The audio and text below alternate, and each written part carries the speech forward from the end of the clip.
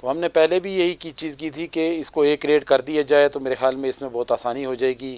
ابھی جو نیا ایس آر او ایشو ہوا ہے جو بغیر کسی مشاورت کے بنایا گیا تھا اور اسٹیک ہولڈر کو نہیں اس میں اعتماد میں لیا گیا تھا، تو اس کی وجہ سے ایک دم مارکیٹ جو ہے بالکل ٹھپ ہو گئی تھی.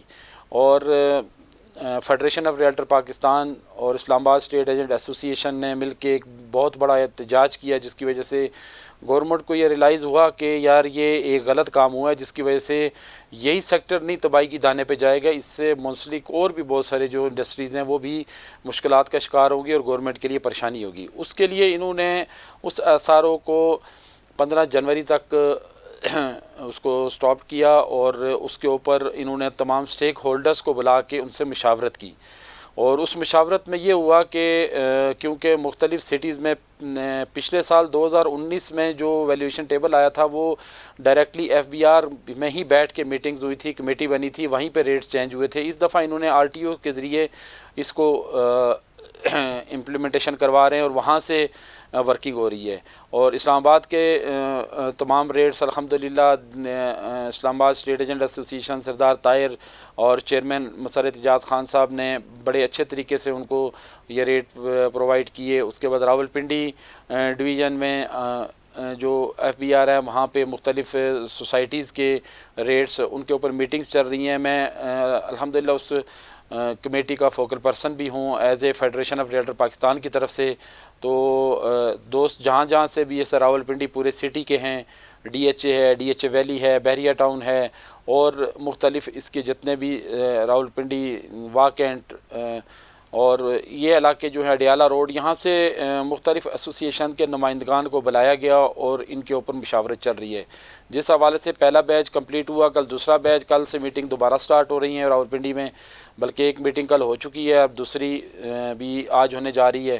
تو میں سمجھتا ہوں کہ اسی طرح اگر مشاورت پہلے کر لی جاتی نا تو گورنمنٹ کو اتنی بڑی ایکسرسائز دوبارہ بھی نہیں کرنی پڑنی تھی اور ریٹ بڑے اچھے ہوتے. اور مارکیٹ میں جو پینک ہو گیا ہے، دیکھیں کوئی بھی سیکٹر چل رہا ہو، جب اس میں ایک چھوٹی سی نیگیٹو خبر آتی ہے اور اس کی وجہ سے بے شک وہ واپس بھی ہو جائے، مگر اس کو دوبارہ سٹینڈ کرنے کے لیے دوبارہ ایک نئی ورکنگ اور کافی اس کے اوپر ورک کرنے کے بعد جا کے مارکیٹ سٹارٹ ہوتی ہے، دوبارہ اپنے اس پہ آتی ہے ٹریک پہ.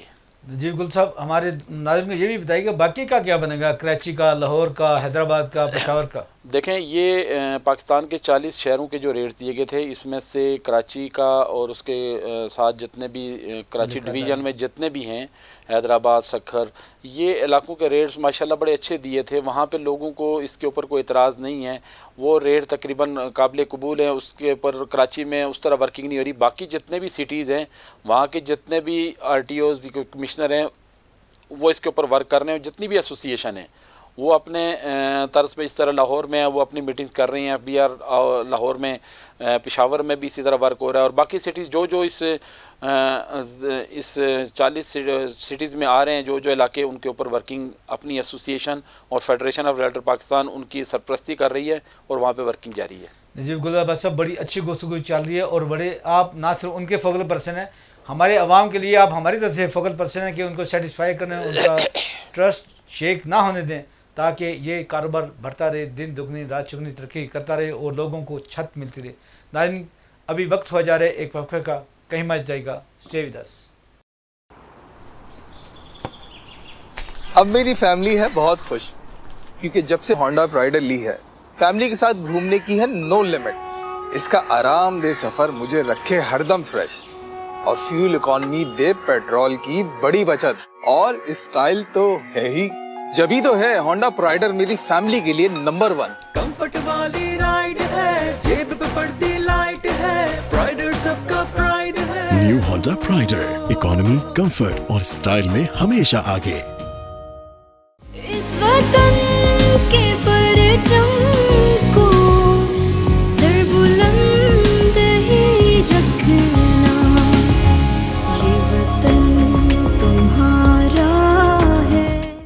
ویلکم بیک، خوش آمدید ناظرین. سلسلہ کلام جاری ہے.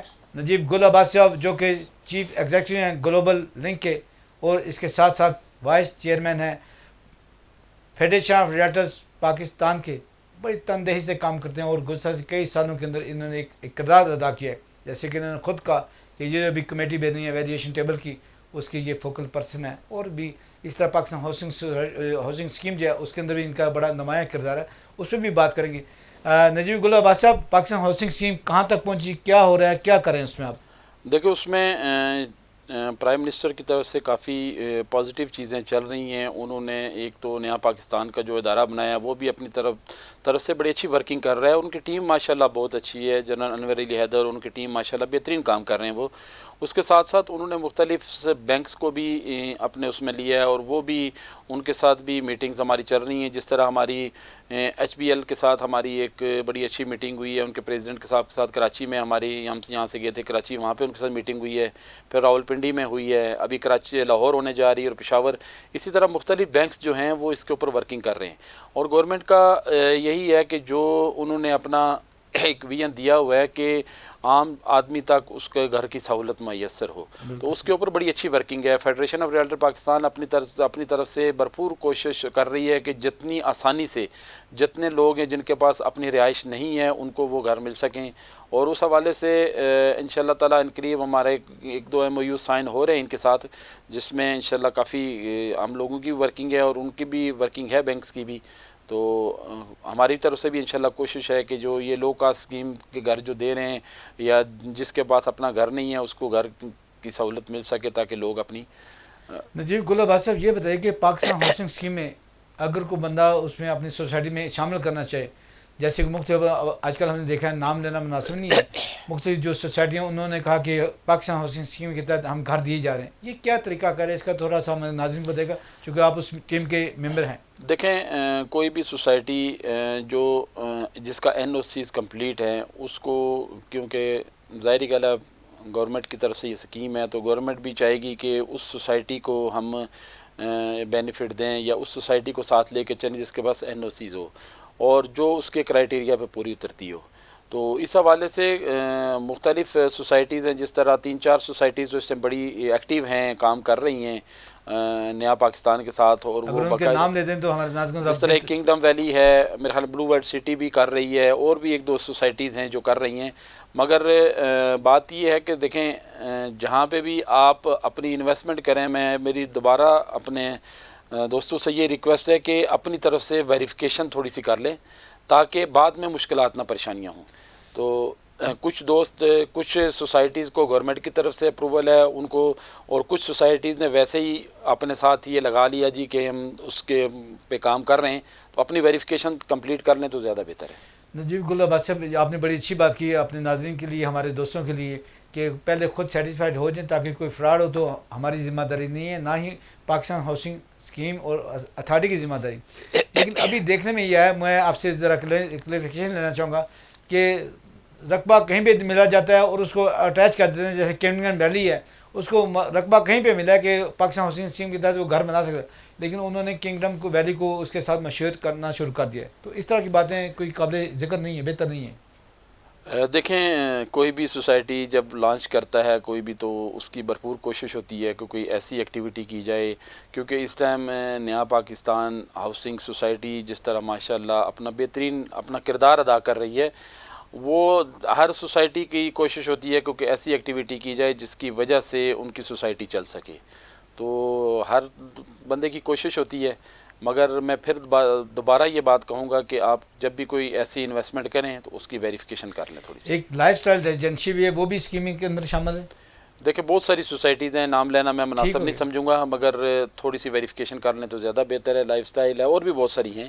آپ یہ بتائیے اور کہ بھی ایسی بہت ساری سوسائٹیز ہیں جو اس کے ساتھ اپنے آپ کو اٹیچ کر رہی ہیں، مگر بارہا بات وہی آ رہی ہے کہ اپنی تھوڑی سی ویریفیکیشن کر کے آپ اپنا کر لیں، اپنی ہوم ورک کمپلیٹ کریں، ہوم ورک کمپلیٹ کر کے انویسٹمنٹ کریں تو زیادہ بہتر ہے۔ آپ یہ بتائیں نیا پاکستان ہاؤسنگ اسکیم کے تحت تقریباً کتنے گھر بن رہے ہیں، کوئی ایسٹیمیٹ؟ ویسے نہیں، ہم نہیں کہہ رہے کہ نیٹ ٹو نیٹ بنائیں۔ دیکھیں میں یہ سمجھتا ہوں کہ اس ٹائم تک گورنمنٹ نے جتنے بھی پروجیکٹس شروع کیے ہیں، جو بہت ساروں کے پرائم منسٹر نے خود انوگریشن کی ہے، اور اس حساب سے اگر دیکھا جائے تو میرے خیال میں ہزاروں کی تعداد میں ہے۔ آپ یہ بتائیے، آپ تو ممبر ہیں نیا پاکستان ہاؤسنگ اتھارٹی اور اسکیم کا، جو تجاویز آپ نے پچھلے کئی مہینوں سے ان کو دیے تھے، انہیں کتنے ریکمینڈ ہو گئے ہیں اور کتنے بقایا ہیں؟ دیکھیں الحمدللہ کچھ چیزیں جو ایسی ہیں جو ابھی منسٹری آف لا میں پڑی ہیں، کچھ چیزوں کے اوپر ورک ہو رہا ہے، تو ہمیں بھرپور امید ہے کہ انشاءاللہ اس بجٹ میں کافی چیزیں ہماری اپروول کی طرف جائیں گے. جس طرح ہمارا ایک مین اس میں تھا کہ ریئلٹر کونسل، جس طرح تمام ہمارا یہ سیکٹر ہے کیونکہ ہم سروس پرووائڈر ہیں، service provider real estate service provider ہے اور یہ انڈسٹری نہیں بن سکتا. اور اس کو اگر ہم ریئلٹر کونسل کی طرف جو ہماری کاوشیں کوششیں امید ہے انشاءاللہ وہ بہت جلد ہمیں اس میں کامیابی بھی ہوگی، اور اگر وہ بن جاتی ہے تو پھر ہمارے لیے بہتری ہے. اور بھی کچھ ایسی تجاویز ہیں جو الحمدللہ کافی اپروول کے قریب ہیں، امید ہے انشاءاللہ بجٹ تک ان میں آپ نے یہ بڑی اچھی بات کی ریئلٹر کونسل کی، جیسے بار کونسل ہیں، جیسے اور مختلف کونسلز ہیں، لیکن واٹ از اس میں ڈفرینس کیا ہوگا دوسروں میں اور آپ کے ریئلٹر کونسل کے اندر؟ آپ کا آئیڈیا کیا ہے، کنسیپٹ کیا ہے؟ دیکھیں جب کوئی ایسی سیکٹر کو گورنمنٹ ریئلٹر کونسل بیسکلی ایسی کونسل بنے گی جس کو سپورٹس گورنمنٹ کی طرف سے ہوگی اور ویلفیئر کی ہوگی، ویلفیئر کی ہوگی. اور اس میں یہ ہوگا کہ دیکھیں گورنمنٹ کی طرف سے فلی سپورٹ ہوگی، کیونکہ آج سے 70 سال سے یہ ایسا ایک سیکٹر تھا جس کی کوئی اہمیت اور وقت نہیں تھی. جب سے فیڈریشن آف ریئلٹر پاکستان آئی ہے اس کے بعد الحمدللہ اس کے اوپر ورکنگ ہوئی، اور آج میں یہ فخر سے کہتا ہوں کہ ریئل اسٹیٹ سیکٹر اور کنسٹرکشن انڈسٹری پاکستان کے لیے ریڑھ کی ہڈی کی مانت ہے. پاکستان کو اس ٹائم چلانے میں اس کا مین کردار ہے. تو یہ میں سمجھتا ہوں کہ یہ ایک گورنمنٹ کی طرف سے ایک اچھا پازیٹیو اقدام تھا، اور ایک اچھے وقت میں ایک اچھا اقدام کرنے کی وجہ سے گورنمنٹ کو بھی اس میں کافی سپورٹ ملی، اور اس سے منسلک لاکھوں کروڑوں لوگوں کو روزگار ملا. جو روزگار کا بے روزگاری کا ایلیمنٹ تھا وہ کافی حد تک کنٹرول ہوا. اگر ریئلٹر کونسل بنتی ہے تو میں سمجھتا ہوں کہ اس کا بینیفٹ نہ کہ ریئل اسٹیٹ کو ہوگا بلکہ اس کا بینیفٹ گورنمنٹ کو بھی انشاءاللہ بہت اچھا جائے گا. نجیب گل عباس صاحب، آپ ہمیں یہ بتائیں کہ ایسی اسکیم جو تھی وہ بڑی اچھی طریقے سے کامیاب ہو رہی تھی، بڑا دھڑا دھڑ پیسہ باہر سے آ رہا تھا. بعض لوگ تو کہتے ہیں وہ ڈاکومنٹ منی ہے، بعض کہتے ہیں ان ڈاکومنٹ منی ہے. یعنی ان ڈاکومنٹ منی کا مطلب ہے کہ کالا دھن. ایک تو یہ بتائیں کہ اسکیم کو جاری رہنا چاہیے اور اس میں کیا خد و خال بہتر ہونا چاہیے؟ دیکھیں بیسکلی ایمنسٹی اسکیم جو ہے وہ ہر دور میں دی گئی ہے اور لوگوں نے اس سے بینیفٹ بھی لیا ہے. ٹھیک ہے، باہر سے جب بھی وہ اسکیم آئی ہے لوگوں نے کافی اس میں اپنا جو بلیک منی تھی وائٹ کی ہے، اور اس کے بعد مارکیٹ میں جب وہ بلیک منی وائٹ میں آتی ہے ظاہری بات وہ پیسہ مارکیٹ میں آتا ہے، اور اس کے بعد مارکیٹ میں ایک اندر اچھی ایکٹیویٹی شروع ہو جاتی ہے. دیکھیں یہ کچھ چیزیں ایسی ہوتی ہیں جو گورنمنٹ کو اپنے تعینی کچھ چیزوں کو ظاہری بات ہے انٹرنیشنل قوانین کو بھی دیکھنا پڑتا ہے.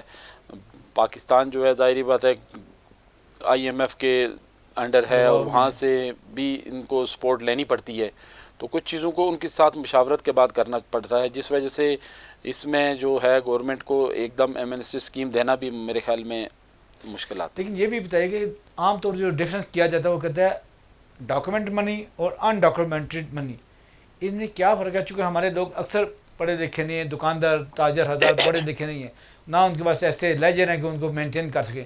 تو اس حوالے سے جو ان ڈاکومنٹ منی ہے وہ اس اسکیم کے تحت باہر نہیں آتی؟ سر دیکھیں وہ باہر تو آتی ہے، مگر میں نے آپ کو بتایا نا کہ کچھ قوانین ایسے ہوتے ہیں اگر ایمنسٹی اسکیم ہے نا تو وہ جو اب تھوڑی سی اس میں آپ کو تھوڑی سی کلیئرٹی یہ دے دوں کہ فائنینشیل ٹاسک فورس کی طرف سے بھی کافی پریشر ہے ان کو، کیونکہ جو پیسہ بلیک منی یا جو ایسے تقریباً 5000 کے قریب لوگ ہیں جن کو پاکستان نے بین کیا ہوا ہے، ان کو بھی ان کی روک تھام بھی ضروری ہے. اگر اس طرح کی اسکیمز آئیں گی تو ان لوگوں کو بھی سپورٹ ملتی ہے، جس وجہ سے گورنمنٹ کو کافی چیزیں دیکھنا پڑتی ہیں. اور وہ میرے خیال میں یہ ابھی اسکیم ہو تو بہت اچھی بات ہے، مگر گورنمنٹ کی پالیسیز ہیں، اگر پالیسیز کے مطابق نہیں ہے تو. نجیب گل عباس صاحب بڑی اچھی ترجمانی کر رہے ہیں. میں دوبارہ کہہ رہا ہوں کہ آپ جو اتنا اچھا ہمارے ناظرین کو بتا رہے ہیں، فیڈ بیک دے رہے ہیں کہ اس طرح کیا جائے، ہر اسکیم کو دیکھ بھال کے خرید و فروخت کی جائے، کیونکہ یہ جمع پونجی ہوتے ہیں سال ہر سال کی لوگوں نے اکٹھے کیے ہوتے ہیں، اور کسی ایک فراڈ کے اندر وہ سارے پیسے نہ چلے ہیں. ناظرین ابھی وقت ہوا جا رہا ہے ایک وقفے کا، کہیں مت جگہ، اسٹے ود اس. شاہ تاج صحت بھری خوشیوں کا راج، اب اضافی وائٹامن لیے. خوشیوں کے لمحے جب روایت میں گھلیں تو ہر چہرے پہ ہو خوشیوں کا راج.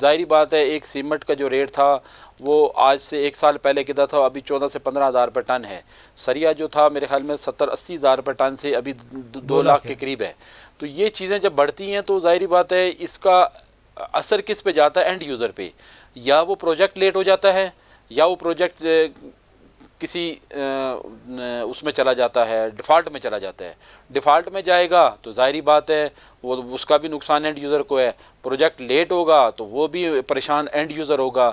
تو میری اس پروگرام کے آپ کے چینل کے توسط سے گورنمنٹ کے ان اداروں سے ریکویسٹ ہے کہ یہ جو پرائزز جو بے تحاشا آسمان پہ چلی گئی ان کو اگر چیک نہ کیا گیا تو جتنے بھی پرائم منسٹر نے اس سیکٹر کو مراد دی ہیں اور اس کے حوالے سے جتنے بھی ہائی رائز بلڈنگز پروجیکٹ شروع ہوئے ہیں وہ آگے جا کے مشکلات کا شکار ہوں گے. آج اگر میں ایک پروجیکٹ سٹارٹ کر رہا ہوں یا کوئی بھی ایک پروجیکٹ سٹارٹ کر رہا ہے اور اس کی ورتھ 1 ارب روپے کی ہے جب اور اس نے انسٹالمنٹ پہ 2 سے 3 سال میں دیا اور آج وہ پروجیکٹ بیچوں گا 2 سال بعد اس کی جو کاسٹ ہے وہ جس ریٹ پہ سیل اس سے اوپر چلی جاتی ہے تو وہ کیسے اس کو ڈیلیور کرے گا؟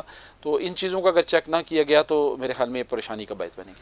نجیب گل عباس صاحب بڑی اچھی گفتگو چل رہی ہے لیکن ہمارے ناظرین یہ بھی بتائیے گا کہ آپ خود کن پرائرٹی پہ کام کر رہے ہیں اور کہاں پہ خاص طور پہ ہمارے اوورسیز پاکستان کو انویسٹمنٹ کہاں پہ کرنی چاہیے؟ دیکھیں انویسٹمنٹ کے حساب سے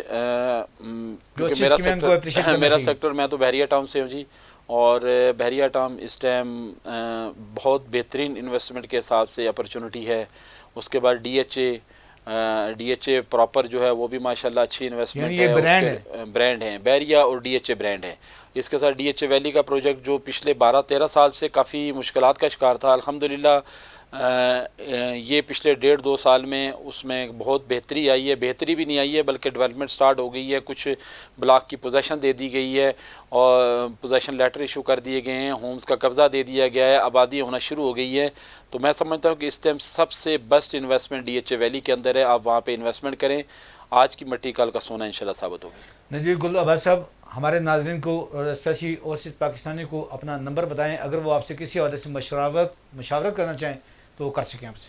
جی میرا الحمدللہ میرا ادارہ ہے جی پچھلے 22 سال سے گلوبل لنکس ریئل اسٹیٹ اپنی تمام دوستوں کے لیے خدمات سر انجام دے رہا ہے اور ہم پچھلے 22 سال سے اپنی جتنی بھی ایکسپرٹیز ہیں یا جو بھی اپنی خدمات ہیں وہ عوام کے لیے پیش کر رہے ہیں. اگر ہمارے ادارے سے آپ رابطہ کرنا چاہیں تو میرا نمبر ہے جی 0301515115. آپ اس نمبر پہ رابطہ کر سکتے ہیں. اسی پہ واٹس ایپ ہے آپ کا؟ جی اسی پہ واٹس ایپ. اور ہمارے ناظرین یہ بھی بتا دیں کہ اگر وہ آپ کے آفس پہ اپروچ کرنا چاہیں تو وہ کہاں پہ؟ جی ہماری برانچز الحمدللہ بحریہ ٹاؤن میں ہیں, ڈی ایچ اے میں ہیں, گلبرگ میں ہیں اور اسلام آباد کے اندر ہیں, مری بوربن میں ہیں, باراکو میں ہیں. تو آپ وہاں پہ رابطہ کر سکتے ہیں. جی نجیب گل عباس صاحب آپ یہ بھی بتائیے کہ اس کو جو ورکنگ چل رہی ہے اور نیا بجٹ آ گیا منی بجٹ, کوئی اس کو منی بجٹ کہتا ہے, کوئی اس کو ریفارم بجٹ کہتا ہے, کوئی اس کو ایڈجسٹمنٹ بجٹ کہتا ہے. اس سے مہنگائی کا ایک طوفان اور نہیں آئے گا؟ یہ چیزیں سر آپ کو پتہ ہے کہ یہ جو منی بجٹ مہنگائی ہے یہ اس ٹائم موجودہ گورنمنٹ کے لیے یقین کریں کہ سب سے بڑا درد سر ہے. درد سر ہے کیونکہ وہ بھی کنٹرول نہیں کر پا رہے اور مہنگائی بہت عروج پہ ہے, بہت زیادہ عروج پہ ہے. یہ منی بجٹ نہیں تو گورنمنٹ کے جتنے بھی اچھے کام تھے ان کے اوپر ایک چیلنج بن چکے ہوئے. تو اس کے اوپر میں زیادہ بات اس لیے نہیں کروں گا کیونکہ آج آپ دیکھیں کوئی بھی چیز آج پرچیز کر کے یا گھر کی گروسری آج لے کے آئیں اور نیکسٹ منتھ آپ جائیں گے تو اس میں 4 سے 5 ہزار روپے کا اضافہ. دیکھیں یہ اتنا بڑا فرق ہے کہ عام آدمی کو اس کو بیئر کرنا بہت مشکل ہے. گورنمنٹ کو اس کے اوپر بہت سنجیدگی سے سوچنا چاہیے کہ یہ مہنگائی کو اگر کنٹرول نہیں کریں گے تو آپ کی اچھے کیے ہوئے کام بھی آپ کے ساتھ. نجیب گل عباسی صاحب آپ vice chairman federation of realtors Pakistan کے اور اسلام آباد ریئل اسٹیٹ کے, دونوں کے الیکشن لیٹ ہو گئے ہیں, بہت لیٹ ہو گئے ہیں اور عوام دیکھ رہے ہیں, آپ کے ریئلٹر دیکھ رہے ہیں کب سیٹیں بدلیں, کب وہ الیکشن میں حصہ لیں, کب کو کنٹریبیوٹ کریں. کیا ان سے ان کا حق رائے دہی نہیں؟ الحمدللہ پیچھے لیٹ اس وجہ سے ہوئے تھے. دیکھیں پیچھے ایکٹیویٹی ایسی تھی, کرونا کی وجہ سے کوئی ایسی ایکٹیویٹی نہیں ہونے پا رہی تھی. تو ابھی الحمدللہ پورے ملک کے اندر الیکشن کا ایک ٹائم چل رہا ہے. جس طرح پشاور میں بھی الیکشن ہو چکے ہیں، ابھی پیچھے لاہور میں ہوئے ہیں اور مختلف سٹیز میں ہو رہے ہیں، اسلام آباد نے بھی اپنے الیکشن اناؤنس کر دیے ہیں، انہوں نے ممبرشپ کھول دی بلدیاتی ہے الیکشن جو ہے جی، اور نہیں اسلام آباد اسٹیٹ ایجنٹ ایسوسیشن کے بھی الیکشن انہوں نے بھی اپنے الیکشن اناؤنس کر دیے ہیں، اور الحمدللہ کیا ڈی ڈیٹ ایچ ہے؟ اے یہ ابھی تو انہوں نے اپنی ممبرشپ کھولی ہے، امید ہے کہ فروری میں امید ہے ان کے الیکشن ہو جائیں گے۔ اسی طرح ڈی ایچ اے کے بھی الیکشن ڈیو ہیں، وہ بھی امید ہے کہ جنوری فروری میں۔ اس طرح ہماری ویلی ویلفیئر ایسوسیشن جو پہلے ڈی ایچ اے ویلی تھی ان کے بھی الیکشن ڈیو ہیں، وہ بھی انشاءاللہ اپنے ٹائم پہ ہم لوگ، کیونکہ ہمارا basically federation of realtor Pakistan کے الیکشن ڈیو ہیں، وہ ان سے پہلے ہم نے یہ سارے الیکشن کروانے ہیں، کروا کے انشاءاللہ پھر فیڈریشن کے الیکشن ہوں گے۔ نجوی گل آباد صاحب، بہت اچھی گفتگو رہی، بہت اچھا طریقے سے آپ نے ترجمانی کی، اپنی بھی اور اپنے شعبوں کی بھی، اسپیشلی ریئلٹرز کونسل کا جو آپ نے بات کی کہ وہ بھی ہونی چاہیے، بڑا ضروری اقدامات ہیں اور بڑے ضروری اس کے ایلیمنٹ ہیں، کہ چونکہ وہ بنے گی تو آپ کے ریئلٹر کی بڑی ویلفیئر ہو گئی، ایک ادارہ حکومت کے حوالے سے بن جائے گا، سیمی گورنمنٹ جسے کہتے ہیں، نجی ادارہ بن جائے گا لیکن گورنمنٹ کی سرپرستی میں بنے گا۔ اسی کے ساتھ اپنے میزبان سید آصف کو اجازت دی گیا، آئندہ نئے مہمان کے ساتھ، نئے موضوع کے ساتھ اور نئے پروگرام کے ساتھ حاضر ہوں گے۔ اس وقت تک اپنے اور اپنا کا بہت خیال رکھیے گا۔ اللہ حافظ۔